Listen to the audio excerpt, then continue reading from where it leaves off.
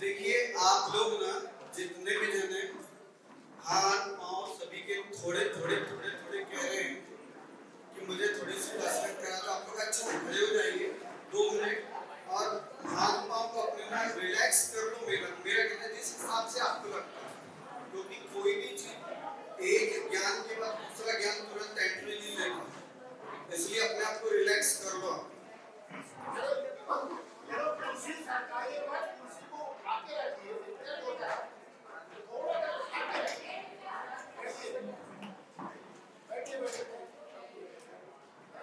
अपने हिसाब से रहो ना, खड़े ये नहीं तो ये जनगणमन नहीं चल रही अभी। आप आवाज आ जाएगी, आवाज बिल्कुल आ जाएगी, आप चिंता ना करें, क्योंकि यहाँ पर हम लोग अपनी आवाजें बंद करने के लिए आए हैं। बस रिलैक्स हो जाए थोड़ा सा, है ना। हाथ पाँव को थोड़ा, अगर क्या हड्डियां हैं यहाँ जितने लोग ज्यादातर रहते हैं वो क्या रहता है, हेलो हेलो, वो 40-50 के ऊपर वाले ज्यादा रहते हैं, इसलिए बैठे बैठे में अनेक बार थोड़ा सा। तो मैं आपको बताना चाह रहा हूँ, आप क्या सोच रहे हो। देखो मैं खड़े होकर बताना चाह रहा हूँ, अगर आप ये सोच रहे हो कि आप इस जमीन में खड़े हो तो आपको मेरी एक बात बहुत ध्यान से सुनना होगा। आवाज आ रही बहती है ना, अब आवाज की प्रॉब्लम नहीं रहेगी। देखिए ये वो कौन सी जमीन है मेरे भाई। आपने 36 नंबर का श्लोका सुना है? क्या है 36 नंबर का श्लोका? जो देखो एक जगह 36 और -4 कर लोगे तो मालूम चल जाएगा 31 वाला, है ना। क्या है तो देखो, उन्नेत्र हेम नव पंकज पुंज कांति पर्युल्ल सन्नख मयूख शिखाभिरामौ पादौ पदानि तव यत्र जिनेन्द्र धाताः पद्मानि तत्र विबुधाः परिकल्पयन्ति। बड़े ध्यान से सुनिएगा सभी लोग। अब आप लोग बैठ सकते हैं, आराम से बैठ जाइए। देखिए ये कौन सी नगरी आप जानते हो? नाम बताइए एक बार।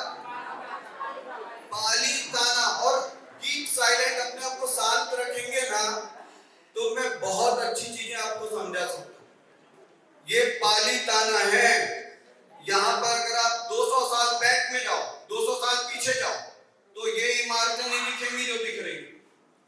यहाँ पर फिर भी जंगल दिखाई देगा, और मालूम है उससे और पीछे जाइए और बैक में जाइए, चौथे काल में चले जाइए तो आप देखेंगे यहां से आदिनाथ भगवान का समूह शरण आ रहा था।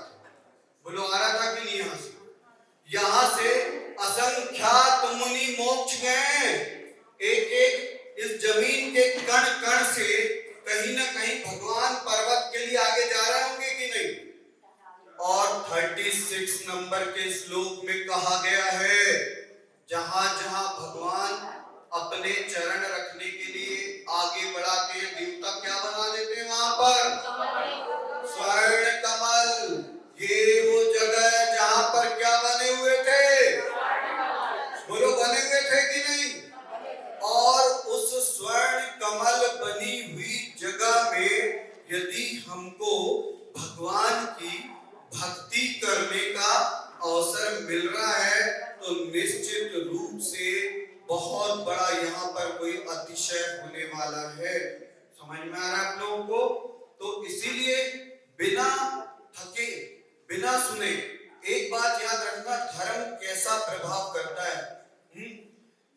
जो 2 प्रैक्टिकल घटना मैं आजकल हमेशा बताते रहता हूं कि जब देखिए रामायण काल में जब लंका जाना था तो लंका जाने के लिए पत्थर पे क्या लिखा गया?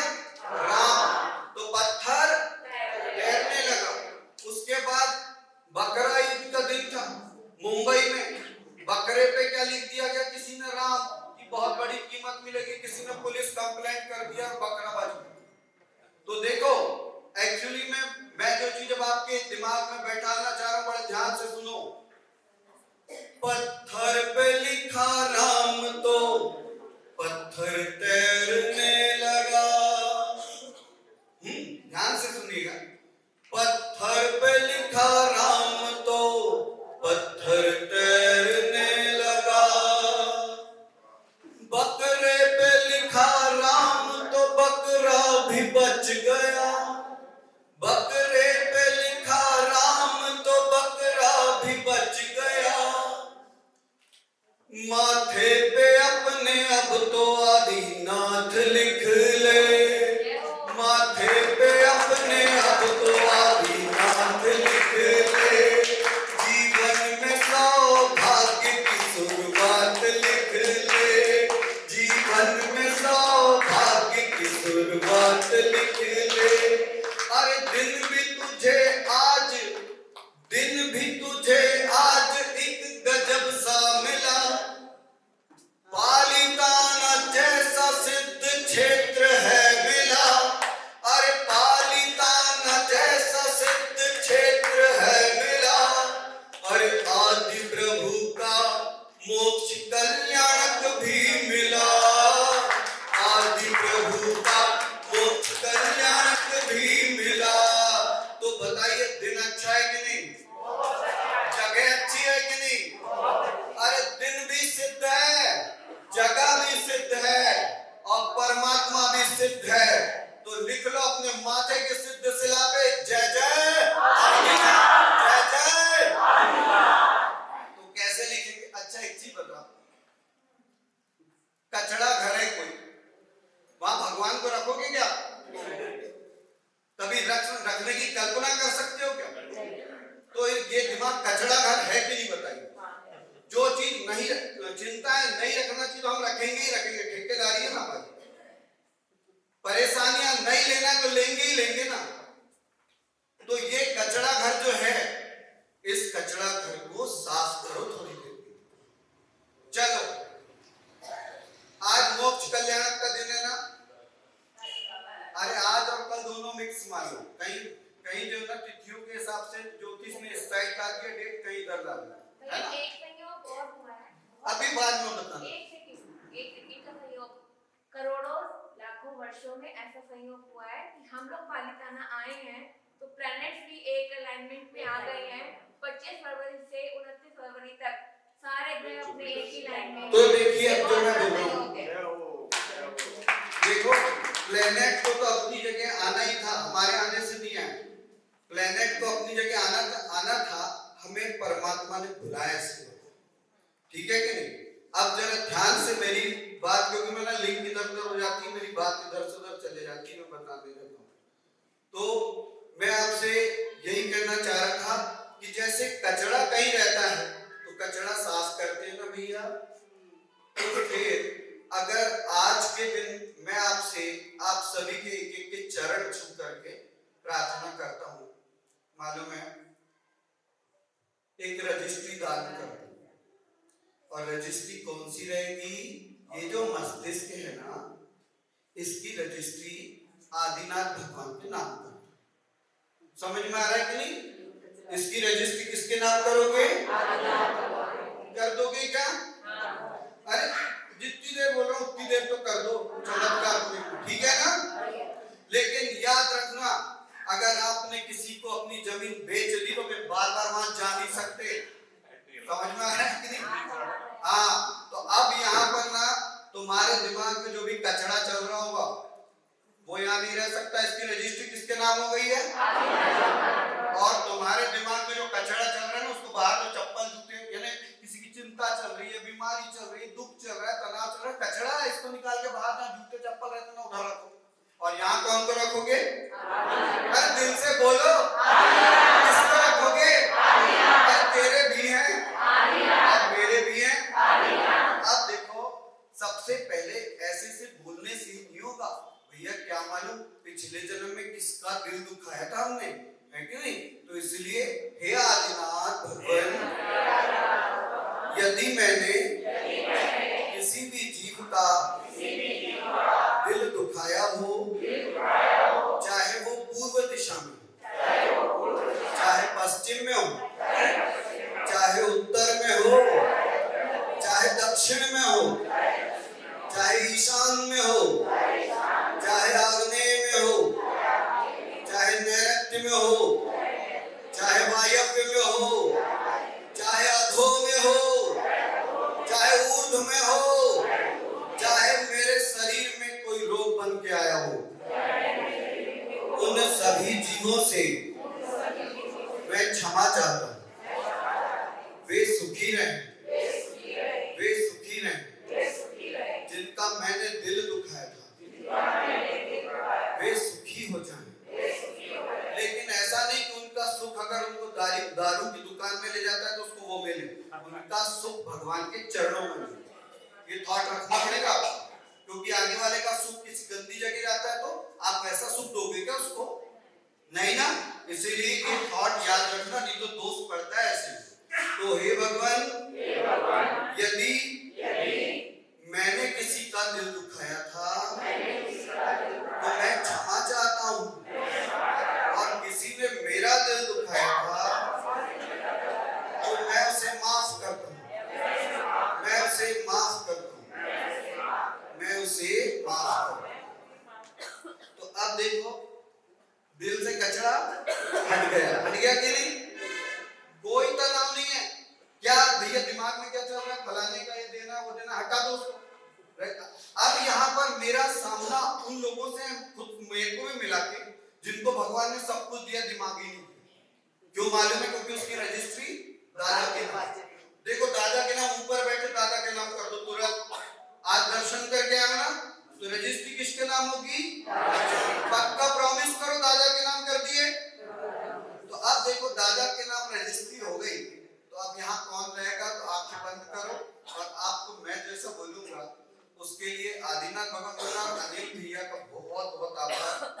मालूम है, अनिल भैया ने आज भाभी की सालगिरह के अवसर और मोक्ष कल्याण के दिन हमको यहाँ बुलवाया है।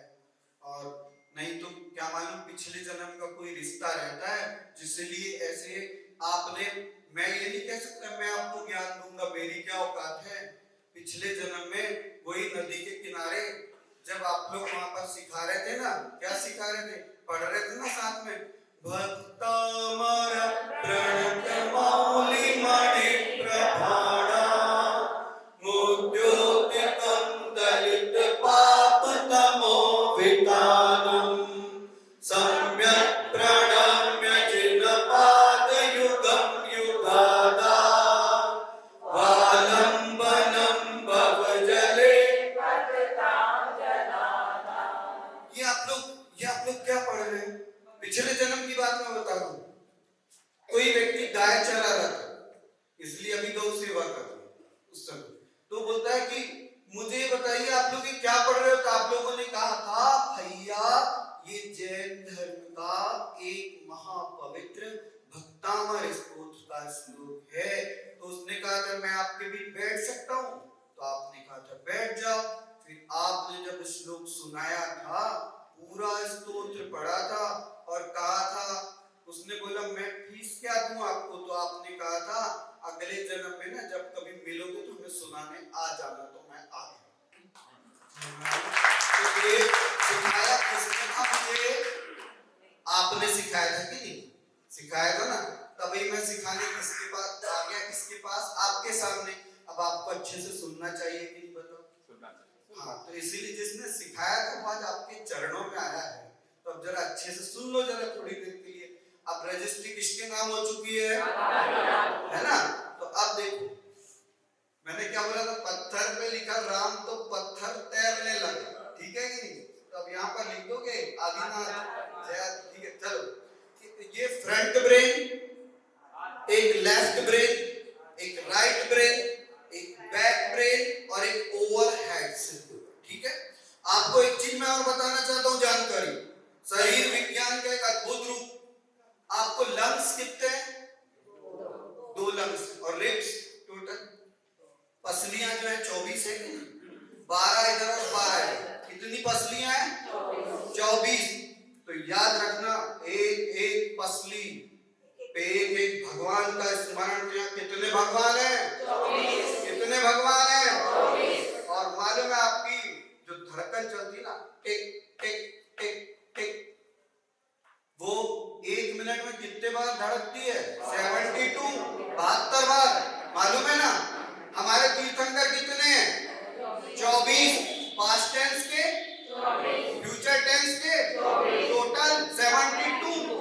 अरे एक बार की धड़कन में एक प्रभु का नाम, एक बार की टिक टिक में एक प्रभु का नाम, और 1 मिनट में 72 प्रभुवर है तेरे पास। समझ में आ रहा है कि नहीं? ये धड़कन को आप धड़कन नहीं समझो, एक एक सेकंड एक एक धड़कन के साथ एक एक भगवान का नाम चल रहा है। समझ में आ रहा है ना आप लोगों को? तो लीजिए, अब रजिस्ट्री किसके नाम हो गई? आंखें बंद करो। सिंहासन अच्छा सुंदर बनाना, देखो भगवान को बिठाना है ना? सिंहासन बहुत सुंदर बनाओ, इतना सुंदर सिंहासन रहे कि मालूम है यहाँ मुकुट के समान चमक जाए। ठीक है?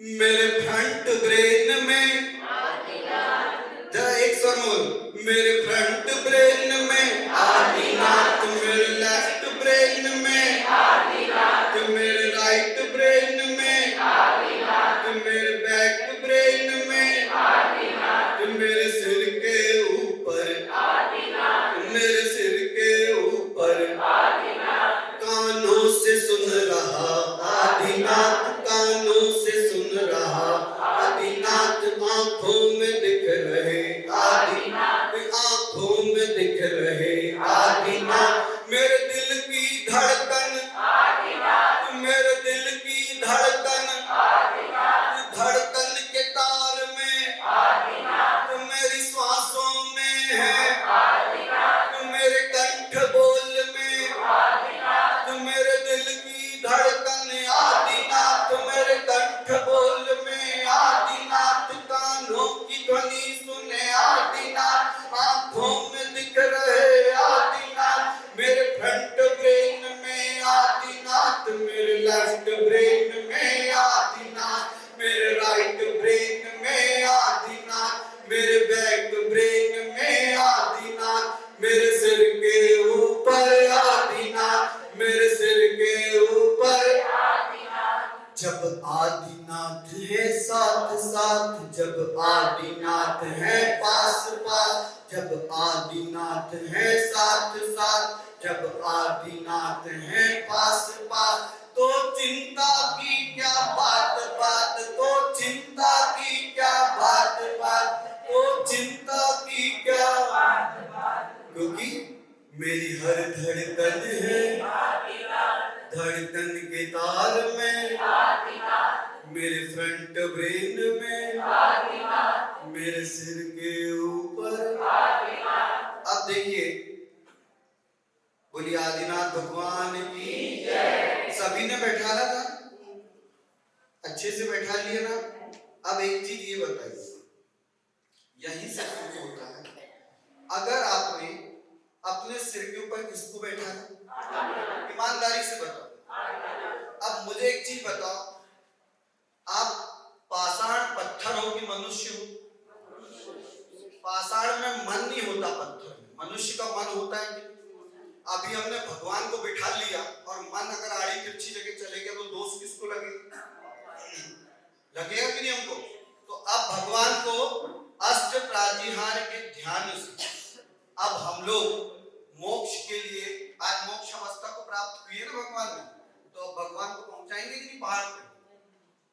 तो देखिए, बनाए हम लोगों ने ना सिर के ऊपर, और यदि जब तक भगवान है, हमको अपने आपको पूरी तरह से शुद्ध रखना पड़ेगा, पवित्र रखना पड़ेगा। और जितनी देर हम पवित्र रहेंगे, ये शरीर स्वस्थ हो जाएगा।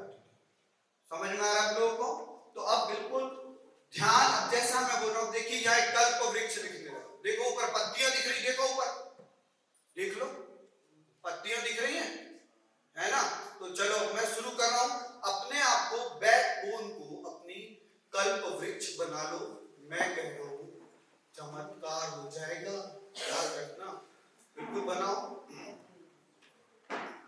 बोलिए देवादिदेव आदिनाथ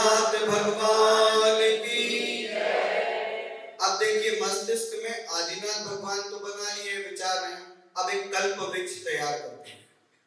उच्चैरसोक्त तरु संसृत मुन्मयूख मां भाति रूप ममलम भवतो नितांतम स्पष्टोल्लसत् किरणमस्तमो वितानम बिंबम रवेरिव पयोधर पार्श्ववर्ती। और इस प्रकार हे मानव, इस समय अपने आप को तुमने कल्प वृक्ष के रूप में परिणित किया है। याद रखिएगा, ये कोई साधारण जमीन नहीं है, ये वो जमीन है जिस पर तीर्थंकर परमात्मा यहाँ से विहार करके पर्वत के ऊपर गए हैं। इस जमीन के कण कण में सिद्ध शिला के सुख की खुशबू आ रही है। और अब देखिए, आपने अपने आप को कल्प वृक्ष बना लिया, और कल्प वृक्ष के नीचे कौन विराजमान होते हैं? देवादिदेव आदिनाथ भगवान। तो अब अपने मस्तिष्क को दिव्य सिंहासन बना दो, अद्भुत सिंहासन बना दो। याद रखना, भगवान को आपने अपने मस्तिष्क में स्थान दिया है, तो सिंहासन भी ऐसा हो कि 3 लोक में उसके जैसा कोई सिंहासन ना हो। सिंहासने मणिमयूख शिखा विचित्रे विभ्राजते तव वपु कनकावदातम बिंबम वियद विलसदं सुलतावितानम तुंगोदयाद्रि शिरसीव सहस्ररश्मिः। और देखिए, ये शरीर स्वयं कल्प वृक्ष बन गया, बैकबोन कल्प वृक्ष का रूप ले चुकी है। माथा एक सिंहासन बन चुका है, और माथे के ऊपर 3 लोक के नाथ देवादिदेव आदिनाथ भगवान साक्षात विराजमान हैं। और अब ये दोनों हाथ कह रहे हैं कि आपने बैकबोन को कल्प वृक्ष बना दिया, और हमको तो सेवा करने का अवसर ही नहीं दिया। हमें कम से कम अपने भगवान के दोनों ओर से चंवर तो ढुराने दो। देखिए, माथे पे कौन है? आदिनाथ। माथे पे कौन है? तो देखिए, अब दोनों हाथों को चंवर बना लीजिए। और भगवान देखो, एक साधारण व्यक्ति भी आपके घर में आता है तो सबसे पहले क्या बोलते हो आप? एक पुरानी सी कुर्सी भले दे दो, चेयर बोलते भैया बैठ जाओ, है ना? तो सिंहासन उसको भी देते हो कि नहीं? आप लोग देते हो ना। फिर आप लोग बोलते हो भैया अगर कुछ नहीं है तो आप बोलते हो पंखा चालू कर दें। पंखा चालू करते हो कि नहीं? तो जब 3 लोक के नाथ अगर आपके सिर के ऊपर साक्षात में विराजमान है, तो फिर ये बताइए चमर ढुराएंगे कि नहीं? ढुराएंगे ना। तो चलो, कुंदावदात चल चामर चारु शोभम विभ्राजते तव वपुः कलद्योतकांतम उद्यच्छ सांक शुचि निर्झर वारिधार मुच्चैस्तटं सुरगिरेरिवसापितम्। और चंवर ढुराते हैं देवगण, चंवर ढुराते हैं। और एक चीज याद रखिएगा, जो भी देवादिदेव आदिनाथ भगवान को चंवर ढुराने का भाव लाएगा ना, तो याद रखिएगा, क्या उसे कभी पक्षाघात पैरालिसिस जैसी प्रॉब्लम हो सकती है क्या? कभी नहीं हो सकती। क्या उसके अंग काम करना बंद कर सकते हैं क्या? कभी नहीं। सिर्फ देखना ही है कितने भाव से चंवर ढुरा रहे हैं। और चंवर ढुराते हैं देवगण, चंवर ढुराते हैं। और आदि प्रभु की भक्ति में वो झूम जाते हैं। कुंदावदात चल चामर चारु शोभम विभ्राजते तव वपुः कलद्योतकांतम उद्यच्छ सांक शुचि निर्झर वारिधार मुच्चैस्तटं कम सुरगिरिर्वसात्विकम्बम। और इधर ये जो मस्तिष्क है ना, जो ब्रेन, ये 3 लेयर रहती है इसमें, जो जिससे ढका हुआ रहता है 3 परत से। तो मालूम है वो परतें क्या कहती हैं? वो कहती हैं, अरे छत्र बना लो रे मुझे, अब छत्र बना लो रे, अरे छत्र बना लो रे मुझे, अब छत्र बना लो रे। अरे आदि प्रभु जी आए हैं, मुझे छत्र बना लो रे, छत्र बना लो रे मुझे, अब छत्र बना लो रे। छत्रत्रयं तव विभाति शशांक कांता, मुच्चैस्ततं स्थगित भानुकर प्रतापं, मुक्ता फल प्रकर जाल विवेद शोभं, प्रख्यापयत् त्रिजगतः परमेश्वरत्वं। और आसमान वो भी पालीताना का। तो क्या देवता सो रहे होंगे क्या यहाँ? नहीं, तो आसमान में देखो देवता नगाड़े लेके आ चुके हैं। अरे ढोल बजाते हैं देवगण, ढोल बजाते हैं, बोलो बजाते हैं देवगण, ढोल बजाते हैं, अरे ढोल बजाते हैं। ट्रैफिक जाम आसमान में, ट्रैफिक जाम आसमान में, ट्रैफिक जाम। पालीताना के आसमान पर आ गए देवों के विमान। और ट्रैफिक जाम आसमान में, ट्रैफिक जाम। गंभीर तार रव पूरित देख विभागा, त्रैलोक्य लोक शुभ संगम भूति दक्षा। सद्धर्म राज जय घोषण घोषिका सन, के दुंदुभिर्ध्वनति ते यश सह प्रवादी। और जिसे इस ढोल नगाड़े की आवाज सुनाई देगी ना, उसे कभी बहरापन नहीं सकता है, क्योंकि उसने भगवान के लिए बजने वाले ढोलों की आवाज सुनाई दी। हाँ, तो फिर कभी बहरे नहीं रहोगे। विभागस त्रैलोक्य लोक शुभ संगम भूति दक्षा, सद्धर्म राज जय घोषण घोष का सन, के दुंदुभिर्ध्वनति ते यश सह प्रवादी। बारिशों की छम छम सी पुष्प वृष्टि हो रही, अरे बारिशों की छम छम सी पुष्प वृष्टि हो रही है। आदिनाथ भगवान आपकी भक्ति हो रही है, अरे बारिशों की छम छम सी पुष्प वृष्टि हो रही है। आदिनाथ भगवान आपकी भक्ति हो रही है। मंदार सुंदर नमेरु सुपारिजाता, संतान कादि कुसुमोत्कर वृष्टिरुद्धा, गंधोद बिंदु शुभ मंद मरु प्रपाता, दिव्या दिव पतति देवच शांत तिर्वा। और देखिए, एक साधारण सा कोई व्यक्ति बैठता है तो उसका आपको भामंडल दिखने लगता है। जब 3 लोग के नाथ आपके शीश के ऊपर बैठे हुए हैं तो उनका भामंडल दिख रहा होगा कि नहीं? दिख रहा होगा ना। और 100 सूरज की रोशनी है जिसमें, लेकिन शीतलता है पूर्णिमा के चांद की। ऐसे हैं मेरे देवादिदेव आदिनाथ भगवान। और जो भी इस भामंडल को अपने मस्तिष्क के पीछे देखेगा, उसे जीवन में कोई कलंक नहीं लग सकता। तो देखने की कोशिश कर लो, ठीक है।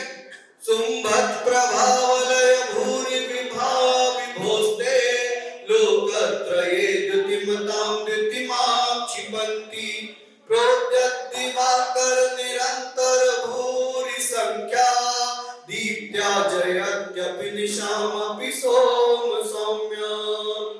और देखिए, एक साधारण सा भी अतिथि आता है इस समय, जैसे हम लोगों को बैठा दिए तो आप क्या बोल रहे हो, निकुंज भाई चलो कुछ उपदेश दे दो,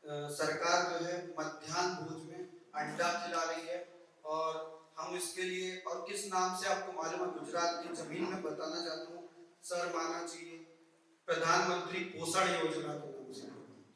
तो और 12 करोड़ अंडे अपनी माँ से दूर हो रहे हैं। तो इसके लिए अभी हम आने वाले समय में अन्न जल त्याग करके नागपुर में बैठ करके प्रदर्शन भी करने वाले हैं। और अभी कुछ ही दिन पहले परम पूज्य रश्मि जी माता जी का आशीर्वाद था, अनिल भैया ने कुछ जैकेट्स भेजी थी, हमने जहाँ पर बच्चों को दी, तो उस स्कूल में भारतीय जैन संगठन चला रही थी वो स्कूल, ये वहां पर पैसा जा रहा था, लेकिन हमारे भोले भाली भाई बहन ना जान नहीं पाते क्या हो रहा है क्या नहीं हो रहा है, तो वहां मीट खिलाया। बताओ, हमारे पास वो मेरी श्रीमती की निगाहों में गया वहां पर, उसने देखी, मैं ढूंढ रहा था कि क्या खिलाते लेके, तो फिर लास्ट में हमने खूब चारों तरफ फोन किया, मैंने कहा हमारे भाई बहन जिंदगी भर पैसा इसलिए नहीं कमाते हैं कि यहाँ पर मुंह देखो, हम बच्चों को तो पढ़ा रहे हैं, लेकिन इसका मतलब ये नहीं कि मांस मटन खिलाने के लिए दे रहे हो। तो उसी समय एक बहुत बड़ा विरोध प्रकट हुआ और अब कम से कम 48,000 अंडे अपनी मां से दूर नहीं होंगे। और साथ में एक चीज और बता रही, भक्तापर गर्भ संस्कार क्लासेस चलाता हूँ, पिछले 5-6 साल तो हो गए कम से कम, कंटिन्यू डेली क्लास रहती है 1 से 1.25 घंटा, और उसकी फीस तो मैं भी लूंगा, दुनिया भर के लोग लेते हैं तो मैं क्यों नहीं लूं, तो मेरी भी फीस है। एक बच्चा वही माँ एंट्री लेगी जिसको आना है, प्रतिदिन 100 माताएं आती है कम से, वही माता एंट्री लेगी। पहला बच्चा चलो तुम अपने परिवार के लिए, दूसरा चलो दूसरे घर की शोभा बने, तीसरा बच्चा या तो साधु बने या सैनिक बने। अगर ये चीज अगर हो गई, क्योंकि तीसरे आने में डिफिकल्टी होने लगी है, तो इसीलिए वो माताएं आती हैं, मैं उनको संकल्प लिवाता हूँ। और साथ में एक चीज और, क्योंकि ना आजकल की जो बेटियां उनको हैंडल करना आसान नहीं है, आप सब लोग बहुत अच्छे से जानते हो, और ये 9 महीने में ही थोड़ी डरी हुई रहती है कि जानना चली जाए, तो ऐसी स्थिति में मैं बच्चों का माध्यम ले लेके कि बच्चे को क्रोध नहीं करना सिखाओ, दया करना सिखाओ, करुणा करना सिखाओ। मुझे मालूम रहता है कि 9 महीने की जो हीलिंग है ना, एक घर में एक प्यारी सी बहू भी ला देगी, बच्चा तो रहेगा ही रहेगा। और उनको मैं यही बोल दे रहा हूँ, अपने शब्द क्लोज कर रहा हूँ 2 मिनट के अंदर, इससे ज्यादा मैं झिलाऊंगा नहीं आप लोग को। अरे माताओं से मैं कहता हूँ, अरे सास गारी देवे ननंद चुटकी लेवे, तू रहना कूल कूल। अरे सास गारी देवे ननंद चुटकी लेवे, तू रहना कूल कूल। रह गई मैया जो तू कूल कूल, रह गई मैया जो तू कूल कूल, घर में हाँ तेरे खिल जाएंगे मैया फूल फूल फूल। तो यही मिशन है, और 11,000 बच्चे आ चुके हैं, और मेरा भी लक्ष्य है कम से कम 1,08,000 बच्चे चाहिए, और फिर उसके बाद अपनी फोटो टांगी जाए तो चलता है, क्योंकि धरती माता को अच्छे बच्चे मिल गए ना, तो मुझे मालूम है कि हम रहे हैं नहीं, इस धर्म और इतने पवित्र संस्कारों से चलने वाले सिस्टम को कोई रोक नहीं सकता। तो जय जय जय भारत।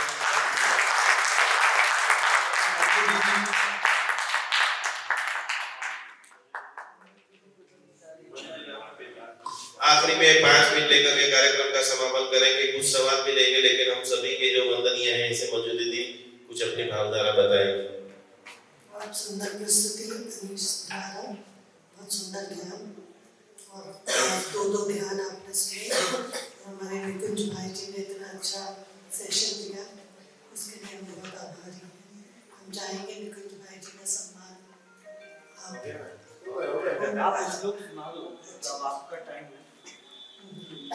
मैं बता रही थी आपको कि प्रथम श्लोक जो है वो हर्डल्स लाइफ में रोकता है, जितनी भी बाधक आ रही है, जितनी भी वो आ रही है, उसके लिए हमारे एक पंपालिया ने लिटमस पेपर टेस्ट किया था, जो एसिड और बेस के लिए टेस्ट करते हैं ना, कि ब्लू लिटमस केमिस्ट्री में रेड हो जाए तो एसिड है, तो उसने एक श्लोक लिया, प्रथम श्लोक, कि मैं ये 5 दिन तक पढ़ूंगा, और उसकी एक बहुत बड़ी प्रॉपर्टी थी, फन एंड फूड जैसे पार्क होते हैं, तो वो बिक नहीं रही थी और चल भी नहीं रही थी, तो उसने सिर्फ ये प्रार्थना करी कि भगवान मैं 5 दिन करूँगा। करूँगा, और अगर मेरी ये प्रॉपर्टी बिक गई तो मैं मानूंगा कि ये श्लोक काम करता। और 5वें दिन वो आदमी आ गया और उसको मुआना ब्याना दे के चला गया कि ये मुझे प्रॉपर्टी खरीदना है। तो ऐसे प्रथम श्लोक की महिमा है।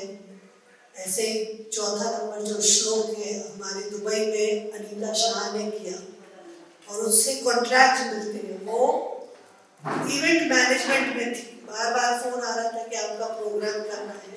तो वहाँ पे जब करने गए तो वहाँ पे उसने बुक कर दिया हॉल। मैंने उससे ऐसे पूछा आप फेसबुक पे हो क्या? बोले हाँ हूँ। तो देखा मैंने तो एक तरफ रेखा एक्ट्रेस बैठी थी और एक तरफ आशा भोसले जी बैठी थी। तो मैंने उससे पूछा अनीता जी आप वही हो क्या जो रेखा जी एक तरफ बैठी हैं और एक तरफ आशा भोसले? बोले हाँ मैं इवेंट मैनेजमेंट। तो उसने शान सिंगर को बुलाया था और उसने पूरा ऑडिटोरियम बुक कर दिया था दुबई का। तो वहाँ तो लाखों दिरहम आपको पे करना पड़ते हैं। वो कुछ बहस हो गई तो शान सिंगर आया नहीं, तो इसको लाखों दिरहम भरने पड़ गए। तो ये फाइनेंशियल क्राइसिस में चली गई। तो किसी ने पड़ोस में बताया कि चौथा नंबर श्लोक करो तो इससे आप निकल जाओ। तो वो 3:30 बजे उठ के नहा धो के गाउन पहन के बिना नमक का खाना के साथ उसने ऐसे 21 दिन 3 बार साइकिल करी। तो जिस दिन मैं दुबई पहुंची उसी दिन उसका कॉन्ट्रैक्टर अमेरिका से आ गया और उसको 1 लाख दिरहम का कॉन्ट्रैक्ट मिल गया। तो फिर उसने वहाँ पे एक टीवी शो चालू कराया दुबई में भक्तांबर के ऊपर। तो वो शो में जब रिकॉर्डिंग चल रही थी और मैं भक्तांबर विधान करा रही थी तो मैं चौथे श्लोक के बारे में बता रही थी कि भगवान के गुण इतने अनंत है कि हम इतने सारे जन मिल के बता रहे हैं 4 घंटे हो गए तो भी कम पड़ जाता समय। तो मैंने कहा कि वो एक ओशन है जिसको क्रॉस करने के लिए इतने क्रोकोडाइल्स है और वो है, लेकिन आप क्रॉस कर ही नहीं पाए। तो वो कहती no, I was sinking financially and I came out of financial crisis by chanting this shloka. जो हमारा 5वां श्लोक है वो आंखों के लिए। हमारी सरोज सावला है दादर से और वो मद्रास नेत्रालय 7 बार ऑपरेशन करा चुकी थी और किसी ने उनको मेरा वीडियो भेजा तो उन्होंने 21 दिन ये श्लोक किया। तो 8वीं बार जब वो गई मद्रास नेत्रालय तो डॉक्टर ने कहा कि सर्जरी नॉट रिक्वायर्ड, तो उनको सर्जरी नहीं करानी पड़ी। 8वीं बार डॉक्टर ने कहा कि रेटिना इज स्टेबलाइज्ड। आप समझ सकते हो रेटिना स्टेबलाइज होना यानी कितनी बड़ी बात है।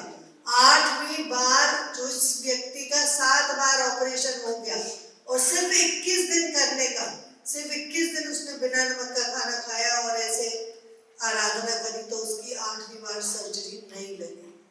और जो 6वां श्लोक है वो हमने 410 बच्चों को दिया, 2.5 साल से 5 साल के बच्चों को, और उनको टीचर ने सिखाया। तो मुझे मॉडर्न स्कूल की प्रिंसिपल ने बुलाया और भेजा मुझे। पूरे 410 बच्चों ने आंख बंद करके ये श्लोक पढ़ा। अल्पश्रुतं श्रुतवतां परिहासताम् त्वद्भक्तिरेव मुखरीकुरुते बलान्मा यत् कोकिलपदौ मधुरं विलोकि तत्ताम्रचारुकलिका निकरेकहेतु। तो उन बच्चों ने 9 बार ये श्लोक पढ़ा और रिद्धि और मंत्र पढ़े। तो टीचर्स ने राइटिंग में दिया कि इनका कंसंट्रेशन अच्छा हो गया, इनका प्रोनाउंसिएशन अच्छा हो गया, इनका क्लास वर्क टाइम पे अच्छा हो गया, इनका होमवर्क कंप्लीट। वो पेरेंट्स ने आके पेरेंट्स टीचर मीटिंग में पूछा कि आप क्या करा रहे स्कूल में जो इन बच्चों का बिहेवियर घर पे अच्छा हो गया। तो उन्हीं पेरेंट्स ने प्रिंसिपल से जाके बोला कि फिर आप सिर्फ केजी के बच्चों को क्यों करा रहे, मेरा बच्चा जो 5वीं में है, जो 7वीं में है, उनको करा। तो उन्होंने न्यूरो कपाई ने असेंबली में जनगण मन के पहले ये श्लोक चालू किया। तो उस साल मॉडर्न स्कूल के सबसे हाईएस्ट बच्चे थे 10th बोर्ड में और 12th बोर्ड में, हाईएस्ट मेरिट वाले, वरना पहले भवंस के आते थे। फिर उन्होंने एक और, हमारी अनीता अगरकर ने इसमें पीएचडी करी है। आज मेरे गाइडेंस में 26 पीएचडी हो गई है भक्तामर पे। मेरे अंडर में अर्चना ने करी 45वें श्लोक से ब्रेन ट्यूमर में, और अनीस ने भी पीएचडी करी, और अनीस के अंडर में भी बहुत लोगों ने पीएचडी करी। तो ऐसे हमारे 26, राजश्री हमारी यहाँ पे थी, इन्होंने पीएचडी करी है 44वें श्लोक से क्रॉप ग्रो, कि जो सीड है, बीज, उसकी शक्ति कितनी बढ़ती है 44वें श्लोक से। आएंगी राजश्री जी, थोड़ा सा कुछ बोलेंगी आप अपनी रिसर्च के बारे में। ये हमारे हीरे हैं एक एक।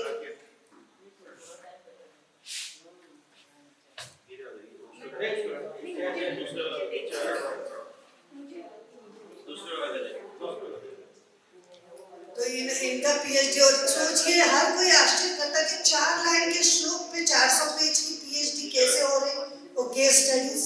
तो राजश्री जी बताएंगे अपने पीएचडी के बारे में। आदिनाथ भगवान की जय, भक्तामृत स्तोत्र की जय, आचार्य नाथ की जय, सभी को सादर जय श्री जय।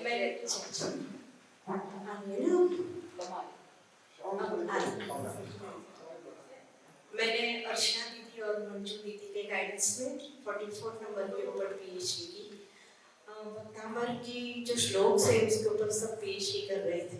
तो किसी ने मुझे आर्ग्यू किया कि इट्स अ प्लेसिबो इफेक्ट, कि आप बोलते हो किसी को तो ह्यूमन बॉडी पे होता है, जब when you are addressing human being तो it is a placebo effect. तब मैंने तय किया कि मैं जो रिसर्च करूँगी वो ह्यूमन बॉडी पे नहीं है।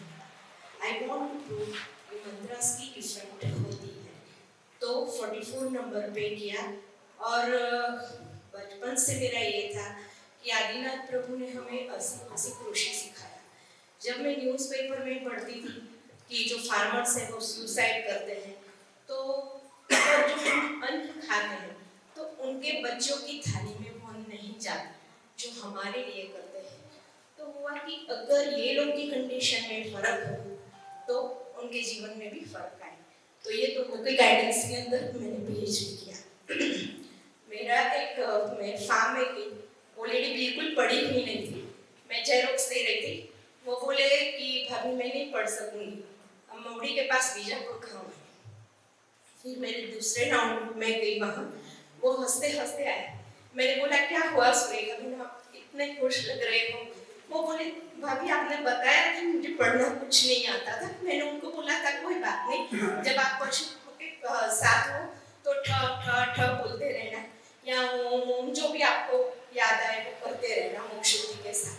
तो उसने किया, और वो बोली कि मेरी एक भैंस थी, वो 9 लीटर दूध रोज का दे रही थी, वो 11 लीटर दूध ले रही थी।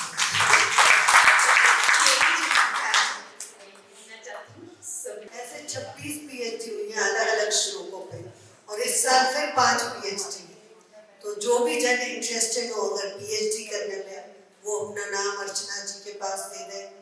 मिनिमम रिक्वायरमेंट मास्टर्स डिग्री की है, और एक और यूनिवर्सिटी से होती है जिसमें आप ग्रेजुएट के बाद भी कर सकते हैं, वो कोई एज लिमिट नहीं है।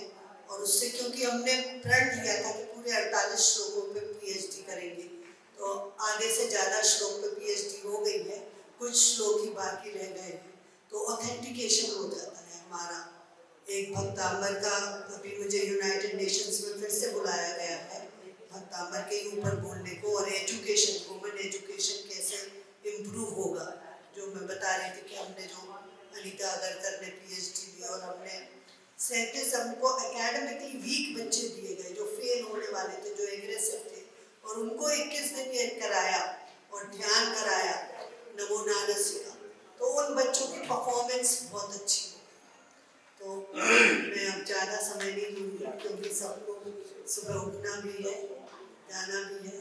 बस यही बताऊँगी कि एक श्लोक में इतनी ताकत है कि वो कैंसर जैसे असाध्य रोग को दूर कर देता है। यहाँ पे कोई भी अपना शेयर करना चाह रहा हो।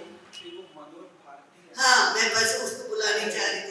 मनोज भारती जी आप इधर आ जाइए, वो देखिएगा भक्तांबर से क्या हो गए हैं, और वो भक्तांबर की पूरे 19 श्लोक नॉन जैन होके याद हो गए हैं। और सियाल ने उनको काट लिया था पूरे पैर में, और उन्होंने भक्तांबर किया। और अनीस भाई इनके बारे में ज्यादा बताएंगे, यही बताएं। सबसे पहले मैं भगवान आदिनाथ की जय के लिए आपको प्रार्थना करूंगा कि एक बार जोरदार से अपने दोनों हाथ खोल के भगवान आदिनाथ की जय बोलिएगा। बोलो आदिनाथ भगवान की जय। अभी जयकारा कम लगा, आप इतना बड़ा जयकारा लगाओ कि कम से कम यहाँ से हजारों मील दूर कैलाश पर्वत है, मानसरोवर पर्वत है, जहाँ की ऑक्सीजन शून्य हो जाता है, ऑक्सीजन कम होने लगता है कि हमको 500 ml की बोतल भी लेके चढ़ने के लिए वजन लगती है। एक बार जोर से जयकारा लगाइए, बोलिए आदिनाथ भगवान की जय। अब दूसरी चीज मैं ये बोलना चाहता हूँ कि मेरे से जो बड़े लोग हैं उनको मैं सादा चरण स्पर्श करता हूँ, और जो मेरे से छोटे लोग हैं उनकी मैं वंदना करता हूँ कि मेरे जो भी शब्द अगर गलत महसूस हो तो उसको क्षमा करिएगा, और जो भी बात बोलूंगा वो कल्पना की नहीं बोलूंगा, एकदम सत्य बोलूंगा कि मेरे को सन 1984 में पागल सियाल काटा था, तो गन्ना के खेत में रहता था और मेरे पेट में 14 इंजेक्शन लगे थे।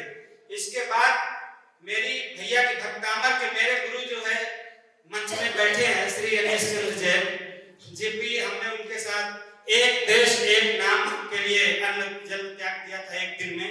तो उसके बाद हमको तकलीफ 2019 में हुई कि हमको मुंबई से यहाँ लोग भी बैठे होंगे कि टाटा मेमोरियल में डॉक्टर जो है ये घोषित कर दिए थे कि 3 घंटे से ज्यादा ये नहीं जमेगा। इतने डायबिटीज हो गए थे, 92% डायबिटीज हो गए थे कि मेरे शरीर पूरी ब्लैक पड़ने लगी थी। डॉक्टर अशोक कृपलानी, डॉक्टर राजेश कृपलानी जो कि टाटा मेमोरियल के बहुत अच्छे डॉक्टर हैं, उन्होंने बोला कि ले जाने से कोई फायदा नहीं। फिर मेरी तकलीफ किसी भी तरह कुछ स्थिति आई कि मैं नाक पुराया और भैया ने मेरे को 10वें नंबर के श्लोक पढ़ने के लिए बोला, जबकि उसमें मेरे को उतने ज्यादा नॉलेज नहीं था। तो भैया ने मेरे को बहुत प्रैक्टिस कराया। इसके बाद मैं एक बात जयकारा बोलने के लिए बोलूंगा, बोलो 24 तीर्थंकर भगवान की जय हो, बोलो 24 तीर्थंकर भगवान की जय हो। फिर मैंने 10वें नंबर का श्लोक पढ़ना शुरू किया और आज ये है कि मैं 3 बजे नहा लेता हूँ और प्रतिदिन भक्तामर पढ़ता हूँ, यानी मेरी सबसे पहले दिन की चर्या शुरुआत भक्तामर से होती है। तो मैं 10वें नंबर का श्लोक आपके सामने पढ़ रहा हूँ, जिससे कि आज मैं 3.5 घंटे के जीवन दान के बाद आज ये पोजीशन है कि मैं फिर मुंबई में अपना पूरे बॉडी को चेक कराया कि 1% भी डायबिटीज नहीं है। आप लोग अपने साथ पढ़ सकते हैं। नाद्भुतम भुवन भूषण भूतनाथ भूतैर गुणैर भुरि भवन्तमविष्टुवन्तः तुल्या भवन्ति भवतो ननु तेन किं वा भूत्याश्रितं यैनात्मशमं करोति। तो आज भगवान आदिनाथ की ऐसी कृपा है कि मैं आप सभी लोगों के बीच खड़ा हूँ और मुझको भक्तामर से ये चीज मिला कि मैं फिजियोथेरेपिस्ट हूँ। पैरालिसिस कैसा भी रहे, भगवान आदिनाथ की ऐसी कृपा है कि जब मैं आदमी का एक्यूप्रेशर या फिजियोथेरेपी करता हूँ तो कोई ना कोई भक्तामर पढ़ता रहता हूँ। नागपुर में मेरे पास कॉपी में लिखा हुआ है कि मैं कम से कम 5000 लोगों की फ्री सेवा एक्यूप्रेशर की किया है, जो 60 साल से ऊपर है। किसी से एक पैसा नहीं लिया, जिसमें कि मेरे को सरकारों ने बड़ी बात बोला कि आप फ्री सेवा क्यों करते हैं, लेकिन मैं कई लोगों से काम भी करता हूं तो कई लोग मेरे को पैसा भी देते हैं, जिससे कि मैं अपने बाल बच्चों को पालन पोषण करता हूं। और एक और प्रयास कि आप देखो, आपके पिताजी भी नाई रहे हैं और उन्होंने वो उनका पैतृक व्यवसाय रहा है, लेकिन मालूम है इसके जीवन में जब से भक्तामर आया है ना, इसको कुछ नहीं मालूम था। भक्तामर क्या, आदिनाथ भगवान नाम की ABCD नहीं जानता था मेरा प्यारा सा भाई छोटा सा, लेकिन मालूम है उसके बाद ये भक्तामर का दीवाना हो गया है। और अगर भक्तामर चलता है इसकी आंखों में आंसू आ रहे हैं 3 बजे से जब मैं कभी नहीं पढ़ पाता, ये प्रतिदिन भक्तामर पढ़ते रहता है, पूरा सीख गया, पूरा एक एक श्लोक जो बोलने लगता है। तो आप सोचिए कि जब ये मेरा मनोज भारती जब भक्तामर इतना पढ़ सकता तो हम लोग क्यों नहीं। मंजू दीदी, और ये मंजू दीदी 10वें नंबर का श्लोक बोलती है ना, वही मैंने बोल दिया। तो ये कनेक्शन है हम सबका एक दूसरे से। देखो 19वां श्लोक विनय जी और अर्चना, इनके बेटे की नौकरी नहीं लग रही थी। वो बोले दीदी नौकरी नहीं लग रही, वरना उसको अमेरिका छोड़ के आना पड़ेगा। मैंने 19वां श्लोक का उसको यंत्र भेजा गया वहां, और उसने किया। सुना हुआ अर्चना आगे, तो उसकी वहां पे नौकरी लग गई। और वहां पे एक पूरा बैंड चालू हो गया है अमेरिका में, जिन जिन भी बच्चों की नौकरी 19वें श्लोक से लगती, प्रमोशन होती, वो सब रेड टी शर्ट पहन के गाते हैं। और इनके दोनों बेटों की नौकरी लगी 19वें श्लोक से, और आज दोनों ने टेस्ला कार ले ली है। 1.5 करोड़ के पैकेज है। भक्तामर की लो विनय जी। थोड़ा सा मुझे अर्जेंट एक कॉल आया था।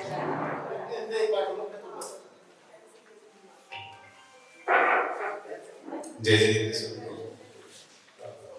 लॉकडाउन की बड़ी बेटी तेजा ने रिजाइन किया, ऑनलाइन जॉब था बंद हो गया था, लेकिन मुझे फोन आया कि वो दोबारा ज्वाइन कंपनी सर्च कर रही है। मैंने उसे बोला 90 नंबर का श्लोक पढ़ लो। एक ही दिन पढ़ा, दूसरे दिन माइक्रोसॉफ्ट जो पहली कंपनी थी उससे मेल आ गया कि कल से आप ज्वाइन करें।